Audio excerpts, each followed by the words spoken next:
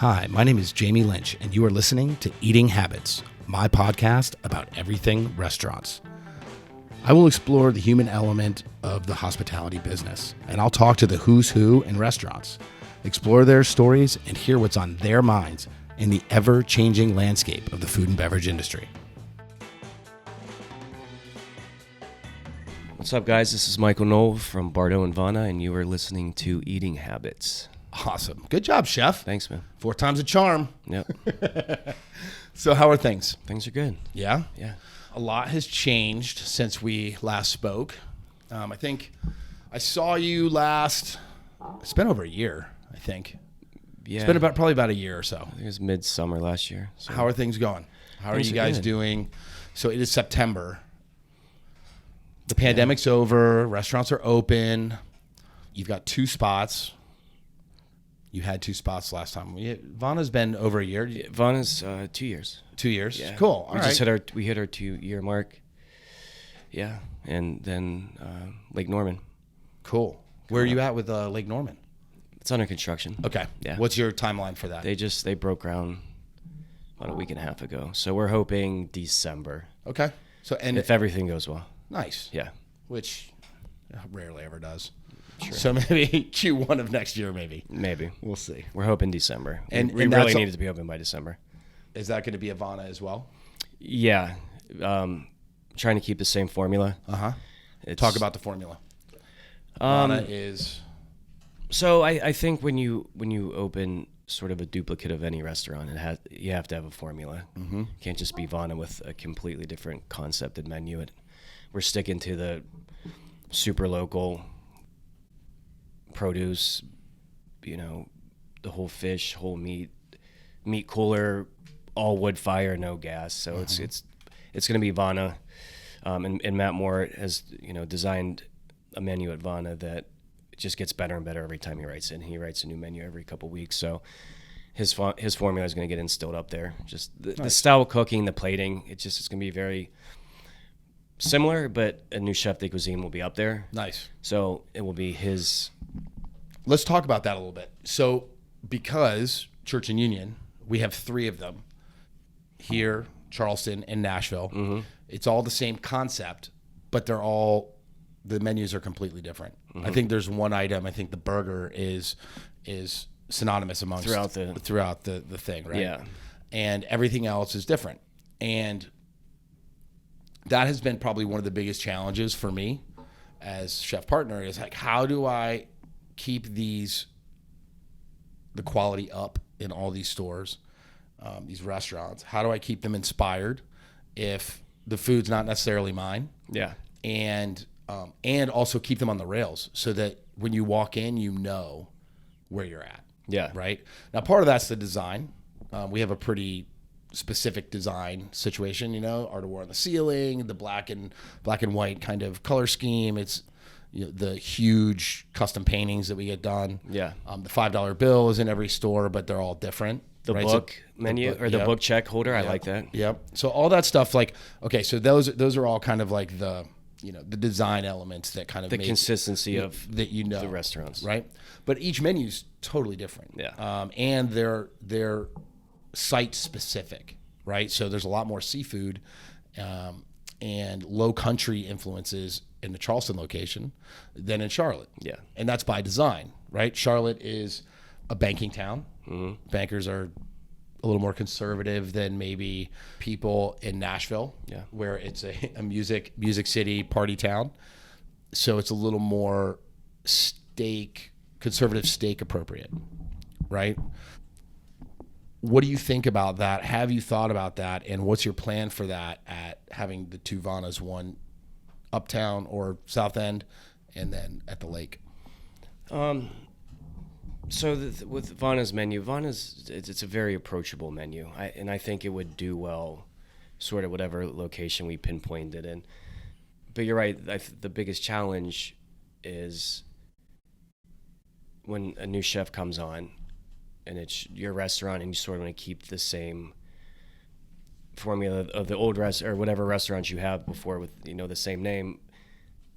To let him have that opportunity to create his own food with keeping what is true to Vana and what's keeping is true to me. So, and I think we achieved that at Vana South End. He slowly took over the menu, knowing how I wanted the menu to look, how I wanted it to be plated. So I think you can put chefs in different locations, let them be creative, 100%, you know, their own creative freedom. But when I say that formula, you look at a plate and you're like, okay, we know that's a 5 church plate. Does that make sense? Totally. It can be a different chef's dish at this church, this restaurant, this restaurant. But I think at the end of the day, they know that it's your name, and they can sort of cater to that. Yep. What is the inspiration for you right now in the food? Like, what is it that you want that the food, what story do you want the food to tell at Vana? And you're gonna answer this question for Bardo too, because I'm curious as to like, what I really want to talk about is like, what is your cooking voice, and what was it? What is it now? Like, I think that is something that I think is interesting to people that listen, is like, how do chefs think about food? Yeah. And I guess that's what I'm trying to get at. Yeah. Again, Bardo and Vana, I have completely different outlooks on both restaurants, what I expect from one or the other. Vana to me is simplicity, big flavors. I mean, there's a lot you can achieve with wood fire. And opening that restaurant, that was all new to me. That was something that I've never done before. So with Vana, we're trying to keep it as simple as possible, local, lots of vegetables, and you know, my chef's veering more towards a lot of vegetable dishes on the menu, which I would have never done personally. But that's good to have people like that they come on and they can enlighten you on things that they're doing. I'm a vegetable guy. I enjoy, if it's done right, absolutely. So achieving stuff, you know, the end goal at Vana is clean, consistent, local cuisine. I mean, that's what is so important about local ingredients to you. Like, why do you use Fresh List or local farms for your product? Like, what is it? Is it because it's a guest expectation? No. Or is it because, like, I'm just curious, like, why that's important to you? Yeah. Because I think everybody kind of has their nuanced approach as to why. Yeah. I don't write local on my menus, period. Because the expectation is, like, to me, that's how we shop, right? Anything 100%. we can get local, we get it because it's better. Yeah. And I have a laundry list of reasons why it's better. But I'm curious as to you, why that's important. Yeah, I don't advertise on the menu where it's coming from. It's quality. It's us knowing the quality that we're getting. It's us supporting our friends, you know, at Fresh List and other farms. And I never used to be like that before. When I opened Bardo, it's where can I get the best ingredient? I don't care if it's coming from Hawaii, California. But the more you get to know people in the city, and they're operating businesses and they're trying to produce great stuff to you, it's like, why not support it? It just makes more sense to me. Yeah. And of course, I mean, local ingredients it taste better. Yeah. A little more love. There's love put into them, and I think a lot of people don't realize, like, grocery store cuisine, right? Food that comes from the grocery store has been in transit for weeks, sometimes months. Sometimes it's been sitting in a warehouse. The potatoes that you're grabbing off the shelf at a Publix or a Harris Teeter or whatever, the grocery store, has been probably out of the ground for a couple of months before they're displayed for you to get. And the food that you get from local farms or from the farmer's market or whatever has literally been harvested days before. Yeah. The nutrients are still, like, there. Right, they haven't had a chance to diminish or leach out, or the textures, the flavors are still vibrant. The flavors are amplified. That's the biggest thing, that the flavor that you're getting from local farmers opposed to going to the grocery store is just. So, your food, especially at Bardo, is thoughtful, right? It's like, it seems that it's very specific. Like you're definitely, each dish has been kind of thought through and everything has a reason for being there. Do you find that with local produce or local meats even, it varies, right? Like the carrots don't taste the same every time or every farm, right? If you get carrots from Barbie farm one week and then you get them from Newtown farm the next week, Yeah. they're different. The sugar level's different. Maybe they're, these ones, do you like that in your food, or are you looking for consistency and specifics? No, because this is something I've been thinking about. Yeah, a lot lately. I mean, food inconsistency is just, it's the way it is. Mm-hmm. But when this happens with produce, I mean, that's our job as chefs, is to, if that carrot doesn't taste the same as it did 2 weeks ago, how do we adjust that? Mm-hmm. How do we adjust the acid, the sweetness? So I mean, that's our job. Mm-hmm. But I don't rely on consistency because it's never going to happen. Yeah. Are you good with that inconsistency in the final dish, or do you try to manipulate the ingredient? You got to manipulate it. You try to get it to where you want it to be, rather than just kind of letting that variation be part of the experience. Yeah, no, you got to manipulate it. You got to get it to where it needs to be, how you season it, how you cook it, whether it's raw or not raw, or, and adjust from there. But yeah, there's always going to be inconsistencies in local. 100%. Yeah, I mean, you can. That's one thing that I really appreciate about local food and the local food movement is like I like the fact that the dish is never the same. You know what I mean? Yeah. And that's completely opposite of the way I used to be. Like when I was a young chef, like when we first opened, I was very like every dish has to be precise and like it was very rigid, right? Like the rules were rigid as to like what the dish should be when it's done. And that created for me a lot of turmoil about getting to that finished dish because of that, where the product's coming from. Yeah. And so I was constantly felt like at battle with the ingredients trying to get my dish the way I wanted it to be. And slowly over time, my approach changed. And I was like, I think my farm had part to do with it. Mm-hmm. That was partly why I started the farm, was I wanted to learn more about the process and all that. But I started to appreciate the ingredient more than the dish and let that be the story. And I think that, to me, internally kind of helped calm some of that like obsessive chef vision, right? Where I was like, every dish has got to be. So I was curious how your approach was. Yeah, no, I agree with that. I think as a chef, the older you get, the longer you've been in the business, you got to calm a lot of things down. Mm-hmm. And trying to achieve that perfection night after night after night after night is very tough. When you're young, you want everything to be super intense and on point. And like you said, you got to roll with the punches. And like, we're getting in good produce, let's just make what we have work and make it delicious, because we're not going to have the same thing consistency wise. When you're approaching your menus, so Vana is pretty straightforward, simplicity, a lot of big cuts, right? Like whole fish, big cuts of meat, roasted over fire. Yeah. That's kind of the ethos there. And then same with the sides and veggies are usually almost everything's all cooked desserts, with fire. Yeah, everything's got an element of smoke or fire or ash or something like that. Yeah, everything is prepped, cooked, finished on live fire. Yeah. And then Bardo, are you doing tasting menu? It's 5 and 10. Okay, so you're tasting menu only now, 5 and 10 courses. Totally different concept. That was your original concept. Yeah. That was the style of cooking that you came to Charlotte from. Yeah. Right? Like that's the kind of cooking you were doing for a while. That's what that's what I did in Chicago for 11 years. Is that where your heart is? Yeah. Okay, so the tasting menu that's where your inspiration, passion is.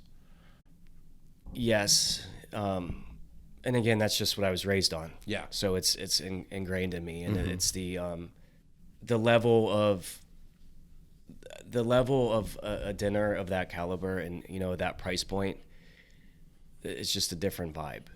It's a different vibe from ordering to prepping to finishing to cleaning up the kitchen at the end of the night. There's different expectations. Not that we don't have those at Vana. Vana is just very much more laid back. And don't get me wrong, my chef Matt, Chef Matt's an intense chef, and everything has to be on point, and ingredients have to be on point, and the guys have to know what they're doing. But when it comes to a tasting menu and you got 10 dishes and each dish is 3 bites, they have to pack a punch, and it's a little tedious, way more tedious, I think, to try to execute that. It's definitely more tedious. Yeah. Like, there's no fucking question, dude. Yeah. Like, also, you're doing, you know, 60% more dishes, right? Yeah. Each guest is getting, I mean, a 2-top is getting 20 dishes rather than 4. Yeah, plus a couple Right. extras that aren't on the menu. Yeah, some like amuses and like Yeah. intermezzos and things. Dude, it's intense. So that's fun for you. You like it? When I'm in the kitchen, I like that stress. Yeah. Yeah, I do. What is most stressful about that format for you? I don't know if it's that stressful. I just make it stressful. Yeah. Why? What is it like? Why do you stress yourself out about it? Because Is it because you want it to be perfect? I think Is you it- and I are a lot alike, and it Yeah. comes down to sort of being a lot of people can say that they try to strive on perfection, but I mean, yeah, I think you want it to be perfect. Nothing's perfect, but you try your best and you stretch yourself out to a point where you think you're almost there. And I like that feeling. Like, that's the intensity of the restaurant is when I'm I'm not in the kitchen as much as I used to be, but when Right. I'm there, I love going to Bardo on a Saturday night when we're getting slammed and jumping in it and touching plates. And When you jump in it, does the thing fucking just go crazy chaos and getting nuts? do you know that feeling? Yeah. Have you ever It walked happens almost every time. Have you ever walked in your restaurant and you're like, I'm gonna go check on the guys? Yeah. Then you're like, maybe I should just leave Yeah. Yes. Often. Actually. because they have Often. their shit going, and Yeah. you don't want to disturb them. And So I'm glad you brought that up because I that happens a lot actually, and I remember it used to happen at Cafe Balloon when I was a cook there. I think I was saucier, so I was working the meat station, and Andrew Carmelini. when were you there? I was there in '99 through 2002. Wow. So anyways, I was saucier there, and Andrew Carmelini was the chef de cuisine, and he just won like the James Beard Award for like, best chef and all that stuff. And Danielle would come in the kitchen from time to time and run the pass. He'd just like roll in at like 5:30 and just like start calling out tickets like in French and shit. We're all just like, what the fuck? And the fucking service would go nuts, man. Like it would like Turn to shit, right? Turn to shit. But I don't know that it turned to shit in the dining room, but in the kitchen it was fucking chaos. Yeah. Right? Like shit was just getting fucked up left and right. And like we were a well-oiled machine. I mean, we would just like everything was perfect all the time. And it would just go nuts. And so I was like, what a fucking piece of shit. Like, I hate that, right? Like, I hate that happens. Yeah. Like, I wish he wouldn't come in here and, like, ruin our day, right? Yeah. I'm not going to let that happen. He wants to come in and let people know he's boss, and, Right. and that he's still invested in you guys. But meanwhile, he's throwing you under the fucking bus a little bit. Right. Well, but he's also working to pass at Danielle, which is a different restaurant, Yeah. much bigger, like, different menu and all that kind of stuff. So I always remembered that, like, in the back of my head, like, remembering back that like that always pissed me off, right? That like a chef would come in and like fucking total the service. I was like, I'm never gonna do that. Well, so that totally happens for me now, and so I've been thinking about that a lot, like reflecting back. And I'm like, wow, what a jerk off I was, right? Because now it happens to me all the time, and I'm like, why is that? Like, do I suck now or something? And I think what it is that our vision for the service is different than the chef de cuisine or sous chef that's working the pass. 100%. And they have a different cadence, they have a different rapport with the team, and they have different expectations. Yeah. And so when we come in and, our expectations and how we run a service, it's like changing head coaches in the middle of a game, Yeah, 100%. right? And so that's how I kind of have to look at it. Yeah, and I agree with you. You start calling plays differently, and then your team's like, "What the fuck? Yeah, like, we didn't practice that." They're there all the time. They set up their systems on how they expedite the flow of everything, and where they keep the flake salt, right? Yeah, and you show up, and you know, my chefs, when I show up, I get on the pass, and they, you know, I don't know if they mean to do it, but they sort of step aside. They're like, okay, yeah, this is your spot. Yeah, and it's like, I don't let them do I that don't mean to do it, but it happens. Yeah. And then I'm starting I like, purposefully don't do that. that's what I started doing. I started being like, okay, it's your shift. Yeah. I'm just here to observe and like hang out and like, you know, I'll give pointers or like whatever, or talk to the team and or help out and jump on a station, like play some stuff. But I'm not going to come in and start expoing and take over the shift. Yeah. That's not happening. And I recently noticed that I was doing that because I would just be like, if I was the chef de cuisine, I would be pissed too. Yeah. Like I got my shit going on. It's Saturday. Yeah, and like, I got my flow going. Not that they're mad that they're like, if you want to watch, go like stand next to me. Just let me finish expoing, because if you want to sprinkle some flake salt on it, yes, go for it. Help chef. me garnish help me garnish some plates, some but like you just messed up 3 tickets. Yeah. And, but stop calling the flow. Yeah, and I've gotten very paranoid about that. I'll look around and I'll be like, yeah, man, I'll go check on Garmager, say hi to the guys. Yeah.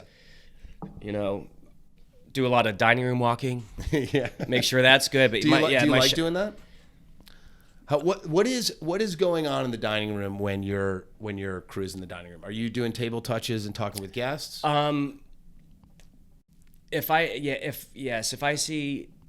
If somebody's really into it, I'll go talk to them. Yeah. I'm never really been a big table talker, but you got to sort of evolve into that. Yeah. So if I see that they're really into it, I'll talk to them and feel them out. But I mostly scan the dining room, do a couple passes, see where every table's at, see what's not being cleared and what is being cleared, report it back to my GM, like, we need to do this. Like, we need to, and when it comes to Bardo, one thing needs to be 7 things. So if you walk past the table, you gotta realize they need to be reset, glasses removed, their next pairing's coming out. There's a lot that goes into it. And I think one quality that I have is I can look at a dining room and know where every table's at, even if I'm not working them. Totally. It's a blessing and a curse. Yeah, so I can go to the bathroom. I could walk down to the bathroom and be like, there's 20 things that I could report back and be like, you guys, we got to clear, we got to da. And, you know, a lot of, unfortunately, I think a lot of servers just are still very one-track minded. Yeah. And this is my table. Yeah. You know. And when it comes to Bardo, you got to be quick and one thing leads to 10 because things. you have those multiple courses. It's Multiple one after courses, another. Pairings, you know, and resetting, marking, all that stuff is like steps. it's a lot of steps, and it has to be clean. You want to do it smoothly and clean, and you know, we clear one table at a time. We don't have trays. We don't stack plates. We clear 2 glasses, 3 glasses at a time, and it's just. And I try to stay away from that, because if I start getting involved in the front of the house, I just make their life hell, because I'm like this, and. But there was one time we had a couple of people out sick, and me and Jason had to work Bardo front of the house for like a week. It was fun, but I mean, it was smooth. I was like, bouncing around. Yeah, like, damn, Chef Mike getting down in the front of the house. Look at him clear tables. Yeah, I don't mind. You got to do what you got to do, but your eyes have to be open in Bardo. Yeah. So you got to be 4 steps ahead. So what about? Are you writing the menus at Bardo? More so than Vana, yes. Okay. Just because a lot more goes into it. And my chef de cuisine doesn't have a sous chef at Bardo right now. So right now we're doing sort of concept menus. You know, we went from a la carte to tasting, and our tasting menus were just, there was really no rhyme or reason. It was a 7 or 12 course tasting menu, 7, 10, 12 course. But we wanted to make them more themed. So the menu had a purpose, right? Like we did an Asian street food menu. Our new one is nostalgia, just things that we ate as a kid that we make taste like what they don't look like, if that makes sense. Then we're moving into, we're going to do a fall menu. I just want to keep it super simple fall, but he writes a lot of the menu, and we'll sit down, and I'll help fill in the puzzle pieces, and then we'll collab and get them to where they're going, and sort of finish it out from there. Do you like that collaboration? Yeah, it helps. It's and it's nice to know that you have a chef de cuisine that can write a menu. We need that. I mean, with what's going on, you need someone that's able to write a menu. Yeah. And come to me and say, "Hey, chef, I need help with this course. I got a blank on 7 and 8. What are you thinking? And let's fix this and this." And again, Vana's the menu's not as complex. It's amazing, but it's just a little more attention to detail at Bardo. What dish sticks out in your mind as being like one that you're most proud of, that you think is like the coolest representation of your cooking voice, of like what you want people to take a bite and say, "Fuck, man, this guy, like what is that dish?" And then what is it about that dish that you think you nailed? There's a couple at Bardo, and I think the one dish that stands out was our beef dish, our strip with the kimchi porridge. And the reason why that dish stands out so much, it was just so simple, but everything was executed perfect. It was literally a 4-ounce block, perfectly sous vide, perfectly seared, basted. It was a Kobe. Was it a strip? It was a strip at the and then Carolina gold rice. You cooked it like a risotto. Perfectly cooked, yes. Yeah. Then kimchi paste, homemade kimchi paste that we folded into that. Then it had like this wakame, the water, flour, oil, tweel, bubbles up and crisp. It was simple, and to me, that was one of the first dishes that went on the menu. And the funny thing about that is we put that on the menu. And that was probably I was running at like 53 food cost.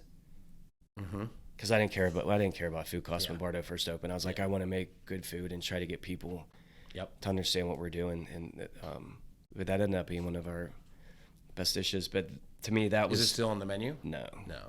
How was that day? Taking it off? Yeah. Were you all right with it? Just got bored with it. Yeah. Got bored with it. I think another banger highlight was the fermented maitake, tempura maitake mushroom that we did at Bardo. And I don't know how to describe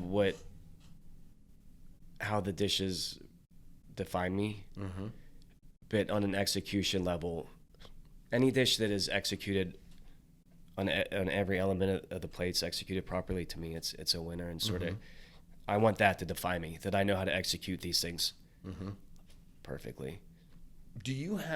How often do you guys change the menu there, the tasting? I feel like that would be like super challenging. We're trying to do it every month and a half. Okay. And is that just so that, and how much of the menu do you change? The whole menu.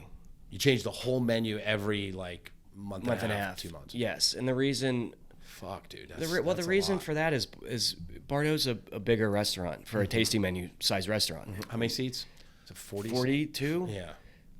With bar? Yep. So, and the good thing about tasting opposed to a la carte is we can cut our guest count down, because the tasting menu, the price point's a little higher. So we're not worried about doing numbers. We're worried about quality, right? So the reason behind us wanting to change the menu is so we can start getting more people in, especially repeat customers that want to come in more than once every 6 months, which the old tasting menu would get drawn out for pretty long. Just because we would be anal and not change the menu, but fix a dish that has been on there for 3 months, trying to refine it and blah, blah, blah. Right. So always trying to refine something. So this gives us the ability to swap the menu out, give the guests the opportunity to come in and try the new menu, and then a month and a half later, come in and try another menu. And it limits, we're able to do less people that way. Yep. What is your target? Like, how many covers are you guys trying to do? Like, what's a happy place for you where you guys feel like you're busy enough to like make money? Yeah. Because that's always, that's why we're here. Like, it has to be profitable or else it goes away. But isn't obviously you don't want to be too busy because then service suffers and it's not perfect. Yeah. So where's like your happy place, do you think? Weekdays at Bardo, 20, 25 is a really magical number. That's a good number. Weekend 50s max. If we hit more, great. Yeah. But I think that's where we streamlined control at that point. Because when you're doing 50 plus tasting menu, and we're different from any other tasting menu, we don't have set times. Right. We don't have a 5 o'clock seating. We don't have a 7:30 seating. We don't have a 9:30 seating. You come in when you want, and we're reading these tickets off the pass like it's an a la carte. How is that? It was fucking chaotic as shit at first. It was a lot, when you're like, oh, we got this, and there's 15 tickets on the pass, 5 course, 10 course. But you just have to figure that shit out, and you got to figure your system really fast. And what we do now, it's pretty cool, and it's very magic when it flows. Is you start grouping tickets together. Yep. So you got a couple minute gap, and you know how to pace it properly. You can group 3 tickets together and treat that like a table. So you're putting out 8 of this, 8 of this, 8 of this, instead of 2 of this off the two of this off table 15, 4 of this off table 16. So you gotta. When you're working expo in that scenario, are you able to garnish, plate, do all that stuff, or are you just trying to keep the board straight and make sure that the right dishes are coming? No, at Bardo, if you're at the pass, you're plating. Yeah, so you're not only are you organizing these tickets, which can be wildly confusing when you get full, right? When you have 50 diners down and you're at 4 different places in dinners, you got 3 tables on first course, 2 or 3 tables are on 4th or 5th course, and then you've got another table like working towards the end of a meal. Yeah, you're all over the place, and you're trying to plate. Like that's tough, man. All the food comes to the pass on trays. On a super super busy night, you got your cooks. Ideally, you have a chef back facing the dining room who's expo. Then you have chef de cuisine Sue at the pass, and those 2 are plating, and they're finishing the dishes. Plating and finishing, garnishing, cleaning. Do the cooks do any plating? Do they? No, they pass all the food. Garmager has a couple of their dishes. They do complete, and then Hotline puts everything's on trays, pass to the front. Okay. Post COVID, with business, there's 2 people at the pass. So if it's Kenny and whoever's at the pass with him, he's expo, he's plating, he's garnishing, he's cleaning. If I'm there with Kenny, I'm doing the same thing. So you got a lot of shit going on on top of trying to read tickets. We tried to go through an earpiece set situation, like we sort of did at Moto, because the servers have to come. As a chef, you want to be able to scan the dining room. We can't really turn around. And when it's full, you can't see down the restaurant. So on top of not relying on them knowing where their tables are, we try to know where the tables are, because sometimes they forget. So their job is to come back and 15's cleared, 20. Right. So they're our source of next plate. But I think that we've got to such a good level that in our head we have it timed out. Good. We know the menu's timed out. We know that this dish is gone. We can go ahead and plate this dish because it can sit for a couple minutes. Right. Yeah, it's not a hot. You got to be ahead. Yeah. You got to be. I think I really love that aspect of tasting menu format, right? Is that the control factor of it. Yeah. And a good chef who's engaged and like fucking into it, will have that internal, like you have your clock ticking, where everything's at, you're organized, and depending on how good your leadership skills are, which most of those restaurants have excellent leadership, then everything's just kind of like fluid, right? Like a metronome ticking away. Next course. Yeah. And I love that. I've always wanted to do something like that. Now I don't. I'm like, I can't imagine like trying to keep my brain straight. Yeah, for 6 hours, right? Yeah. And like, but that control and that level of executing that is what I enjoy in the kitchen. And I love the idea. And I was talking with Brian Baxter about this from Catbird Seat. So the episode that we released yesterday was with Brian Baxter, chef at Catbird Seat. He's a beast, dude. Fucking awesome. The restaurant's so gorgeous. And have you eaten there? Yeah. So I ate there after the interview. How was it? Dude, fucking blowing your mind. Yeah, Yeah. Totally fucking like mind fucked me out of my face. Like, and I told him, like, I'm still kind of laughing about it sometimes because there's some shit on his menu that I was like, well, you don't know what the menu is when you like, it's all tasting, right? There's no menu in front of you until you leave, so you don't know what's going to happen. So that surprise element. But there were some dishes that, because I had interviewed him the day before for the podcast, and we were talking about some of his inspiration and food pairings and things like that. So I was like already like, all right, you got some fucking wild shit up in your noodle, man. Like, what's up with that? And so he invited me in to check it out, which was great because then I could go back and I did a little intro to his thing. But man, the food was fucking incredible. Like, there were some dishes where I was just like, I'm still like scratching my head about them, right? Like, I'm like, what? How did that even work? Like, like in my mind, those flavors don't even like belong together, but they totally work, right? And so that was the mastery of a lot of his stuff. And then he also had a couple dishes that I would say would fall into your nostalgia category, where like one of the dishes we had was this. It was called crab boil, and everything was one bite. Like, I had to like stretch out 2 bites out of each thing, right? Like, it's like literally one bite and it's gone, and you're like, fuck, I want more. Yeah, and that, but you can't have it, right? Yeah. So I had to purposely like, save half a little bit, like half bite, so I could go back for a second and like think about it. I learned that like three courses in. I was like, all right, I can't just do 1 bite here, because then I want to like explore it again, and there's no more. Yeah. So I did that purposefully. But the crab boil was like legit, like straight up. Think of like a Maryland crab boil, but everything was like, I mean, it had what was the crab? King crab. Yeah. Go figure. Yeah, and it was like brunoise, right? So like everything was like perfectly brunoise in the bowl, and then underneath this like just little white foam, right? So you could just see like all the perfect garnishes like peeking through, right? But you can't see what's what. Yeah.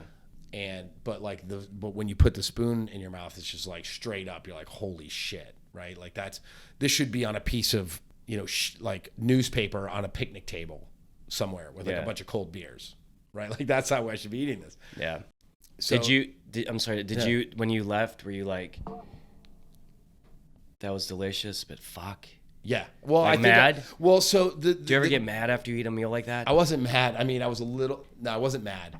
I was inspired. I was totally inspired while I was there. And I was fucking with him too. Like, so the cool thing about Catbird Seat is that it's a tasting bar, right? So there's like a horseshoe bar. It's super cool. Around, and all the guests sit around it, and then the little chefs are inside. And so they're right in front of you. You can talk to them, and they encourage you to like talk with them if you want. And since I had interviewed Baxter the day before, like, we were kind of like bullshitting with each other a little bit. So like, there was a couple dishes, like he was kind of walking by like to serve another dish, and I was like, really, chef? Like, I was like, oh, no, you're showing off now. Like, what's going on? Yeah. But yeah, so you could like talk to them and like ask questions, like, hey, what was going on with this? How did you, stuff like that. So that was cool. Like, that interaction was part of the experience. Yeah. Which I totally dug. But yeah, I mean, there was a few dishes where I was just like, what the fuck? Yeah. Like, I don't have that. Yeah, you asshole. Yeah, like, I don't have that. Yeah, I tried putting king crab on the menu. I did put it on the menu, and I was super excited. Mm-hmm. And I was like, I can't fucking put king crab on the menu anymore. Yeah. Why? It's just so expensive. Yeah. So I asked Baxter about that, and this is probably true for you too. You can speak to this, is like, because I love the idea of the tasting format. I love being able to tell a story with my food, communicate with people. I love that. That works for me. That's what I do in a large format restaurant, right? Yeah. Except you can only, but there's only so much you can say with 1 or 2 dishes, right? Like, they're getting such a small part of your cooking vocabulary, right? Whereas in a tasting menu, you can tell the whole fucking story, right? Which I really would like. I'm super interested in that, and haven't really got to do it. You can go do it one night at Bardo. I'll totally do that. Yeah. We should do a pop-up for sure. And I talked to Baxter about doing one of those at Capra, and I'm like, fuck yeah, I'd love to come and do like a night. That'd be super fun. Yeah. It would be super fun. Let's do it. But the precision of like knowing exactly what you're going to serve and how much of it you need. He's like, that control of knowing that I know that I need on a Thursday night, I need 6 pounds of trout. Yeah. That's it. Because everything's one bite. Like, and then watching. And they're booked out for months, so they know. They know ahead of time. Seat count. They know exactly how many guests Yeah. you're doing. Yeah, that control is.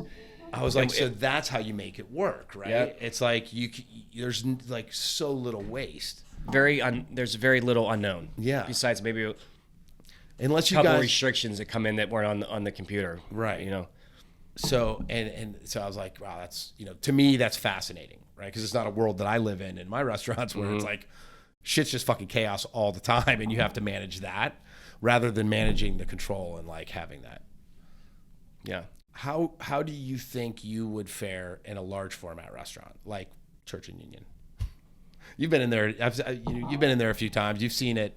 You've seen it just like eating at the bar when it's like packed, right? Yeah. And then you've come out for one of our parties too, Yeah. where it's like just people swinging from the rafters and like Shit. just. I've been there yeah. for running the rafters. How would I fare? Like, are you saying like As a chef of one of those operations, rather than the controlled like, because both your restaurants are pretty small. but I mean, I've been there. Yeah. I was the exec at a hotel in Chicago, and it was a large format, bigger place, and then Do you like it? I like the control element. I like the control of a tasting menu. I feel like I'm like, when you were saying I like the control, in my mind I was thinking back over my years as the chef at Five Church. I was like, I don't know that I was ever in control. Like I Yeah. was trying to be. You blacked out. Like, for I was like, yeah. I was trying to be in control, but I don't feel like I ever actually was. Yeah. No, I probably was, but it didn't feel that way, right? it's nice. It's nice when the ticket comes in.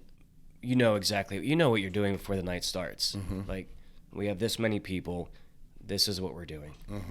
Your prep has been done meticulously. Yep. It's all plating. Prep's the hard part. Yeah. Service is the easy part. Yeah. I mean, Vana's completely different. I mean, Yeah. 12 tickets come in. Half the menu can be on one ticket. Yep. Or it could be all steaks on, or And like, all you just steaks on never the next know. ticket. And it's just, they're two different entities. And I love both of them, don't get me wrong. But my background is the tasting menu. And I've been doing that, the tasting menu since 2008. When I started at Schwa, or Moto actually in 2006. So that's the vibe I like. And I love Vana. It's my restaurant. But when it comes to, I had an idea. I think that you and I should go to Bardo and have a tasting, a dinner, mic'd up. We should with like little like lapel mics. okay, And have like a dinner and kind of like work through the menu or work through the tasting. Yeah. And kind of talk it out and see. I'm curious what your thoughts are being on the oh, I mean eating there. yeah. Yeah, I don't do that often. That might be tough though, because then I wouldn't want to air it. Why? Because like, and maybe you're different. I'm always hypercritical. Me as well. Like I'm always, but not like in a negative way, right? Like I don't go into a place and like pick it apart and say, oh, this and that or like whatever, because I feel like that's kind of shitty and everybody's different. But you'll know that, hey, that's missing the acid that it needs, the salt that it needs. or like, man, if this had had 2 more minutes, or whatever, it would have been there. But I also think that might be a great thing, because when was the last time as a chef you sat down and tasted every dish on your menu in its entirety? Never. Neither have I. And a lot of people don't understand that. Yeah. We taste ingredients and we put them together, and in our head it makes sense, and that's what. And I audit my restaurants all the time, right? But like there's 7 of them. Yeah. And like and it's a large format restaurant. So like I go in and it's like, okay, well, how much can I actually eat? Yeah, I can't FedEx you. Nashville, if you're in charge, they can't FedEx you the sauces through that night. You get it. Right. No, I think that would be fun. Yeah. And it would be interesting, and it would be interesting to listen back to it, right? And just enjoy the meal and talk to each other about the food, right? Like have that commentary, because I think people would find that interesting, like 2 chefs kind of talking about the food at the restaurant. But then also for us to listen back to it, right? As just like an insight as to like, how's the team doing? And is the menu doing the thing that you want it to do, right? Is there consistency in that? It could be an interesting little. Yeah, I think you might be onto something. I've never heard of anything like that. Chefs mic'd up eating their own restaurants. Yeah, That- in their own places. Yeah. Because I know, like, so we do audits by design, and everybody does them. So we do, our managers do them. We, the ownership group, do them. Whenever we're in, whatever city we're in, that's where, like, tonight I'll probably do Church and Union. So they'll cook you the whole menu? No. We'll go in and we'll just order. We'll order Okay. things. But we're mindful about, like, I don't just go in and order a ribeye, like, every Can I ask time. you a question? Yeah. How do you feel about that? How do do you you, like, do you go in the kitchen and eat, or do you sit down? I sit down. Okay. I audit service too. I See, audit the entire experience. I feel, something about me feels so wrong sitting down in my restaurants when my chefs are in the kitchen. I don't know. Yeah. I don't know what it is. I just feel like I should be back there. No, I don't feel that way anymore. Well, I'm enlighten me, because a lot of people tell me Yeah. you need to not Well, think so- like my business partner all the time's like, dude, like, Right. So when I go in, I want the full experience, right? Like, what is the experience that my guests are getting? And that's tough anyways, because everybody knows me. Like, all my staff knows who I am, right? It's not like I can slide in and, but what I do try to do is I try to get different servers. Like, I'll come in and be like, who's new? Oh, so-and-so just went through training. I want to be in their section. Yeah, I'm like, sit me in their section. Yeah. Right. And that way, when I sit down, they're like, oh, hey, chef, how's it going? And they usually are super fucking nervous. Like, they start, they're like, oh, fuck. Right. Like, I've got the owner chef guy. you got a notebook, you're not even taking notes, No, you're just I messing don't with them. well, I don't take notes because I eat with Corey. So she's my executive. She's always like, Okay. she's got all the notes and she can remember shit. I can't remember anything. So I just like talk about it and she like takes notes. Yeah, you have to do that with 7 places. Yeah. So that's what I do, right? And I audit that experience, right? I'll usually have the bar make some drinks, not alcohol drinks because I don't drink, but like either mocktails or something like that, just to see what they're doing, put them to the test a little bit, see how long it takes. Like, and I audit the entire operation, right? Like, I'm like, literally, I have my stopwatch. From I'm when like, you walk in to when you yeah, walk how out, long yeah. does it take for me to get a drink order? And how long does it take for my first course to come down? And then we're also specific about like what we order. Like, we'll order different things all the time, so we're not like, I don't want them to know, oh, chef's here, he's going to get a ribeye medium like every time, right? And so they nailed that one thing, but the roasted chicken's dog shit, right? Like, so I always I change it up every time. Yeah, you need to get a disguise though. Dude, I couldn't. So when you're going through this experience and you have misses, when do you address them? Well, it depends on the level of severity. So there's always things that are not perfect. Have you ever done the audit and got a dish and was just like, hell no? Yes. Yeah. And gone up to the kitchen. And Yeah. I've been like, okay. And Corey hates it when I do that because I hop up and I'm like, "Woof," like she's Yeah, like, oh, but he's gone. You have to. Yeah. And that's your name. But- right. And it's our brand. Like, and that's the Yeah. thing is like, it's so much bigger than me now. Right. Like, it was my name when it was Five Church in, 2012. Yeah. Right. When we first opened. But now it's like, we've got multiple units. We have expectations. We have people, we have regulars that are counting on us. We have people in for, special anniversaries and stuff like that are counting us to give them a great experience. Yeah, you're a little monopoly. Yeah. And it's important to make sure that we operate at the level that we set as our standard, right? And that's the point. For every operation. For every operation. And the food can be totally different, but it has to be excellent. And that's the goal, right? Is like, I don't taste something and be like, yo, this did, sometimes I do, but rarely do I get a dish where I'm like, this doesn't work. This is not good. Like 86 that. Yeah. Like back to the drawing board. I want a new dish tomorrow, right? Let's just not serve that. Yeah, you're happy with it, but you find your little nuances that need to be tweaked out. Yeah. I look for cooking problems or things are overcooked, undercooked, too much seasoning, not like, I'm not there to nitpick their composition so much, right? Because in theory, we've already done that. We've already discussed the menu. Hey, I want to put this new dish on. This is what I'm thinking. They make it. We run it as a feature. People like it. Okay, cool. Let's put it on the menu, right? Yeah. Like, rarely chefs don't just come in and like, oh, we're doing empanadas today, and I'm like, fuck, you are. Yeah. Nope. Any like headbutting with the chefs? No, we have a really good rapport. So how many chef de cuisines do you have now? So, chef de cuisine. Well, I have 1, 2, 3. So we have 5 executive chefs. I have an executive chef in each store. Okay. let's see. I have a CDC at LaBelle. I have a CDC. We don't have a CDC at Church and Union here right now. That spot's open. If anybody's listening, yeah, put it out there. Yeah, hit us up, send us a yeah, message. Vana's open for lunch too, guys. Just throwing it out there. Just letting you know. Yeah, call me. But I have execs in each store, and that's the difference. Is that where I came from, Danielle, he's got chef de cuisines, right? Danielle's the executive chef. Yeah. In my operation, I have executive chefs in each store, and I'm the chef partner. Right. Yeah. So I'm not the executive chef. It's not about me. Each store is about them and what they're doing within our framework. Yes. Right. And I like that model. It's a good model. I think it empowers them to have ownership and to, and then we also do like some profit sharing stuff with our executive level leadership that have been with us for a long time, that are going to be with us for a long time to come. You know, we make them partners. I want them to have stake in their restaurants. Yeah. You know? Yeah, that's what I'm trying to do now is, you know, and the guys I have been with me for a while.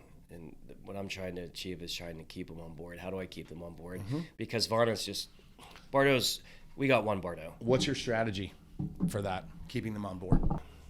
Have you figured it out yet? Not yet. We are, you know, it's because this is our second place. And like I said, our goal is to expand Vana and open Vana here, open a Vana there. And Vana, I feel like we can reproduce it'll fit in multiple markets with that formula. Mm-hmm. You know, I agree with that. And my chef de cuisine there that helped open that formula, we are working on it, but keeping him invested in the long-term project of what we're trying to achieve is, again, what we're trying to figure out. And we're only on number 2. Mm-hmm. We're opening number 3, and some things need to be discussed because we have talented people, and it's like, how do we keep them invested? Yep. You got to open more places. Give them more, make them feel like they are more than just a title. Yep. They are the growth of what we're doing, and they're the reason why we are growing. Mm-hmm. So yeah, we'll get there. I'll pick your brain after about that, but yeah, I mean, the importance of my team, like the team that I have, you know, we all deal with drama. Yeah. But at the end of the day, these guys are there every day. Yeah. I mean, you can't do it yourself, right? Like, there's no way. You have to have a team that is committed, that's motivated, that's inspired to keep, you know, what you started going. Yeah. Right. And that's why I like the structure that you have when you're like, I have execs. Mm-hmm. Because I bet you if you had just a CDC there, you would feel obligated. Yep. And your brain would melt. Yes, 100%. Definitely. You know, because that's kind of how it was in the early days. When we first started expanding, when we did, you know, Operation 2 and 3, I didn't have execs. I had CDCs. Then you felt like, and I had to be Stretch everywhere. Armstrong, right? Yeah, I was like, fuck, dude, I went nuts. Like, I burned out. Like, that was probably about the time that I think I've burned out twice since we started our enterprise. What did a burnout look like to you? I mean, I was fucking off the rails, doing drugs, like fucking, I couldn't get my shit together. I was just medicating myself like crazy with alcohol and stuff, like just because I was stressed the fuck out. Yeah. And, you know, coming from New York, you know, I operated fairly well under those circumstances externally, but internally I was a fucking train wreck. Yeah. You know what I mean? I was just hateful, frustrated, angry. Like, none of the things that I got into cooking for were being fulfilled. Yeah. And so I was like getting very like off the rails. Yeah. To the point where, you know, my business partner, Patrick, actually one time was like, dude, I need you to like fuck off for 3 days. Yeah. Like, oh, I got that. I've gotten that from Jason. And I needed a week, but we didn't have a week. Yeah. You know, he's like, you got 3 days. I need you to go. Just go away. Yeah. Don't talk to anybody. Turn your fucking phone off and do whatever it is you got to do to kind of get your shit together. Yeah. And I did. I came back, and you know, that was fine. It was fine for a while, and until I actually like changed a lot of my behaviors and matured as a chef and as a person, did I actually kind of get my arms around what we were doing and what my role in that was. You know, and that's hard. It's hard shit to do. Yeah. You know, Yeah. But and somewhere around that time is when it was like clear to me that like I can't be everywhere, and I don't want to be. Like I don't want to be the chef of all these restaurants. Yeah. You know, like that's not something I don't. My ego is not that big. Yeah. You know, I want these things to be successful, and I want people to love them, and I want people to be happy when they come out, because that makes me happy. Like having people like you know, write a nice article about me does nothing for me. Yeah. I don't give a fuck about any of that. I care about the guests and their experience and how what we do. And the longevity of a restaurant. Yeah. Yes. The legacy of 100%. And so that's when I started to piece that together after these kind of burnout things where I was like, all right, I need to empower these people to take the torch. Like not to help me carry it, but to take it. You know, and see, and then my job, Take it from me and help me grow. Help us grow. Help us grow. And I'm going to grow by sharing my experience with you. Mm-hmm. And now what I'm dealing with a lot is like, I get frustrated if they don't want to be excellent. I have a fucking issue with that. I have a serious issue when, you know, we spend a lot of time, energy, and money showing someone the way, right? Or sharing experiences to help improve them, and they decide they just rather especially in this business. Yeah. Why even step in the back door and not want to be excellent? And I don't know. And just go through the motions of working in a restaurant. It's not like glamorous work if Nothing. you're not into it. Nothing at all. You know what I mean? Nothing at all. Yeah. But to piggyback on what you were saying, like you've known me for a long time. I was in that dark place, and my business partner was like, "You need to take 5 days." Mm-hmm. And my stubborn ass was like, "No, I don't. I'm fine. I'm fine." And thank to him, that's one thing I learned is like, when you need to take that time, just you got to take that time. You're causing nothing but pain if you're sticking around. Right. 1 foot in, 1 foot out is, you know, what he used to say when I was in those places of where I didn't know I was at in life. Mm-hmm. It's like, you just got to step out. So that's why I feel like I'm in a better place because. So are you out of those places now? I mean, who doesn't get in funks? Everybody does. Who doesn't get in funks? But prioritizing your time, prioritizing your obligations and duties, what's important now opposed to what's important in a week, opposed to not thinking about what was important 4 days ago. Right. Because I used to dwell on the past a lot. And this shit's gone, dude. Yeah, it's gonzo. Yeah. So now I focus on the day and what needs to be executed, what we need to do, and if I can try to keep everybody happy. How's it going? Along with myself, it's going. Yeah, it's going. Yeah, I just want to cook. I just want to have good restaurants, man. I just want them to be successful, and I think that's the end goal for all of us. I mean, from my perspective, it's my group will be as successful as we decide to be if we keep empowering our teams and looking for the right people. You know, you got to have the standards, and you have to do the checks and the audits, and you got to make money, you got to be profitable, all that stuff. But I think our mission is greater than that now. It's about kind of changing the way we do business. You know, the tip the kitchen thing, like trying to make a livable wage for all of our teams, like even the dishwashers, even the porters. Like these guys have to have a livable wage, man. Like, they're there all day. Yeah, it has to be livable. Yeah, they have to be able to afford a car and childcare and shit. Like that's just part of the deal. And so, that's our mission now is like, how do we strengthen, because that will strengthen not only our operations, which are already like stronger than they've ever been because of a lot of these things, because our teams feel taken care of. Mm-hmm. Like they're like, okay, I know that if I come to work, I'm making good money, and my employers are not asking me to do things that they wouldn't do.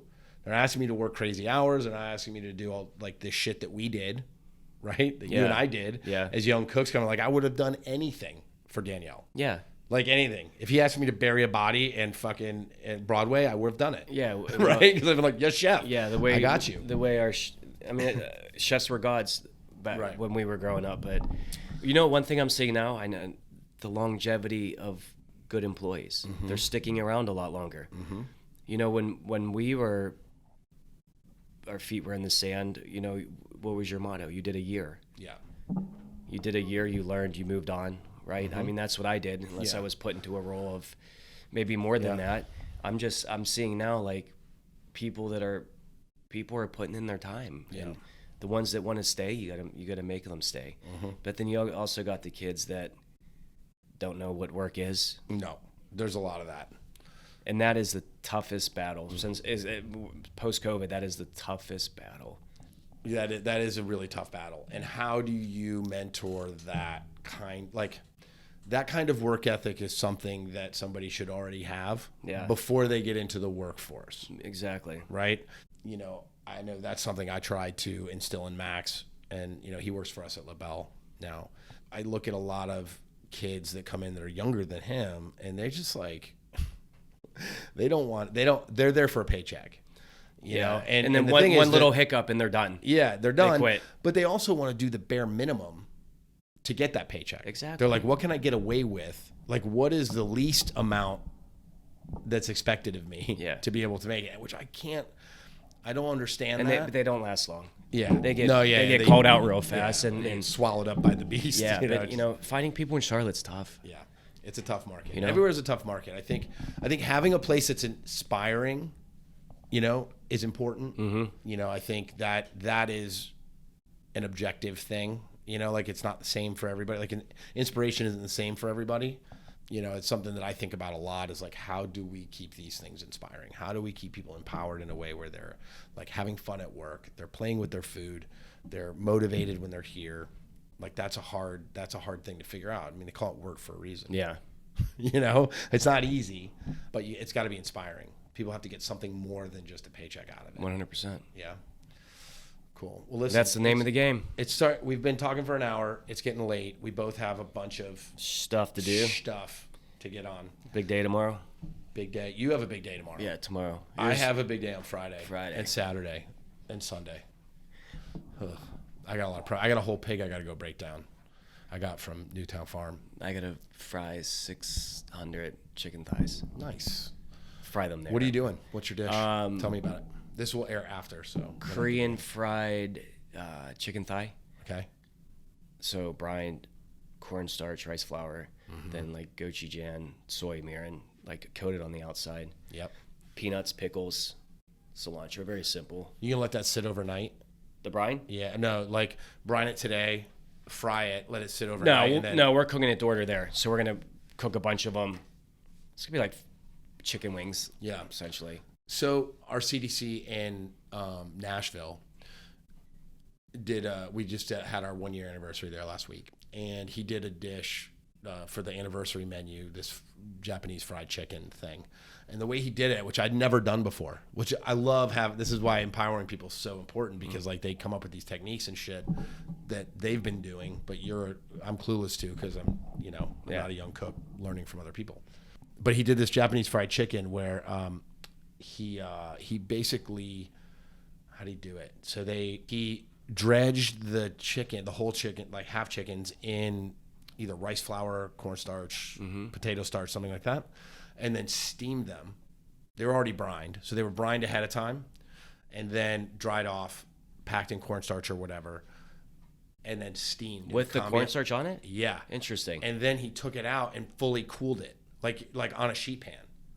And what then happens? fried it. Yeah, and so what happens? And I never thought of this, but when I saw it, I was like, "That's fucking brilliant," because it basically gelatinizes the starch, right? And then when you fully cool it, it like comes back together and solidifies on the chicken. Wow. And then they fry it to order it. Dude, it's the crunchiest shit. That makes sense. I was but I would have never got there on my own. Yeah. Right? Yeah, that's but smart. But I tried it and I was like, bro, that chicken's stupid crunchy, man. Did that show the full chicken? Yeah. That's so good. Right? So now I got some new, thank you, Daniel, for that. I'm going to go start working on some stuff. Yeah. But anyway, check out Vana for lunch, brunch. And Bardo. Late night menu. Bardo, come 5-course to 10-course tasting menu. You're not doing lunch at Bardo, no? No. Yeah, that's just fucking 5-course, crazy. 8-course. Our next menu is going to be fall, so come check it out. When is that going to happen? Probably end of this month. We'll start laying in the end of September, so early October? Early October, we'll start finalizing the menu. Awesome. Should we do a dinner before that and Mike up? That would be fun. Yeah, Stay whenever you tuned want. for that, guys. Go check out Mike's restaurants, and then you can Google them, right? Yeah, Vana we're on Google. You can go on the Google on the interwebs. Yeah, I think it's on. Open Table or with the other one. I don't know. No, what's the old computer? I don't know. The Mac? No, what's the old domain? Oh, the AOL? Yeah, Is that still around? Yeah, no. We're on all the outlets, guys. All the things. All Thanks, right, cool. brother. I had fun, man. Thanks, brother. Yeah. You look good. You too. Stay well. Yeah. All right. You as well.